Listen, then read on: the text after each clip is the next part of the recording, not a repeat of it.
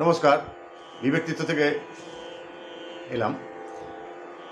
আত্মাই একমাত্র জ্যোতির্ঘন সত্তা, যিনি নিজে সব কিছু দেখেন কিন্তু তাকে কেউ দেখে না, যিনি বুদ্ধি ইত্যাদিকে আলোকিত করেন কিন্তু যাকে তারা আলোকিত করতে পারে না, তিনি হচ্ছেন আত্মা। কারণ আমরা যখন আত্মাকে দেখতে বা ভাবতে চেষ্টা করি তখন তিনি বিষয় হয়ে যান। তিনি তো আর বিষয়বস্তু নন, তিনি চিরকাল বিষয়ী। তিনি বুদ্ধি ইত্যাদিকে আলোকিত করেন কিন্তু তারা তাকে আলোকিত করতে পারে না। আত্মা বুদ্ধিকে এমনভাবে সপ্রাণ করেন যার ফলে মনে হয় বুদ্ধি বুঝি সচেতন।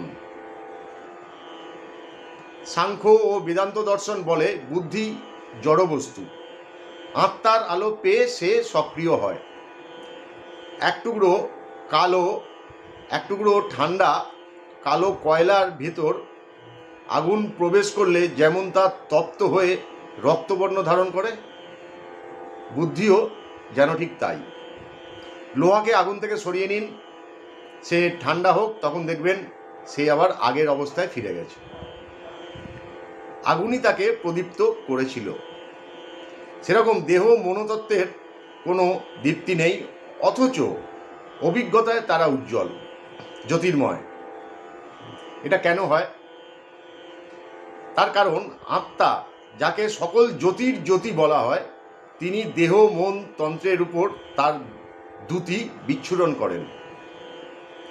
আত্মার জ্যোতি বুদ্ধি মন ও ইন্দ্রিয়গুলিকে সক্রিয় ও দীপ্তময় করে তোলে, কিন্তু আত্মা না, কিছুই তাকে দীপ্তময় তেজময় করে তুলতে পারে না, কারণ তিনি সর্বশক্তির উৎস। সূর্য যেমন সৌরমণ্ডলের সব কিছুকে আলো দেয়, কিন্তু কোনো কিছুই তাকে কিন্তু উদ্ভাসিত করতে পারে না। আত্মাও ঠিক তেমনি। সূর্যকে দেখতে কি অন্য কোনো আলোর প্রয়োজন হয়? হয় না, কারণ সব আলোই তো তার। এটা যেটা বললাম, এটা নেওয়া হয়েছে স্বামী রঙ্গনাথানন্দ বিবেক চূড়ামণি থেকে। জয় ঠাকুর, জয় মা, প্রণাম স্বামীজি।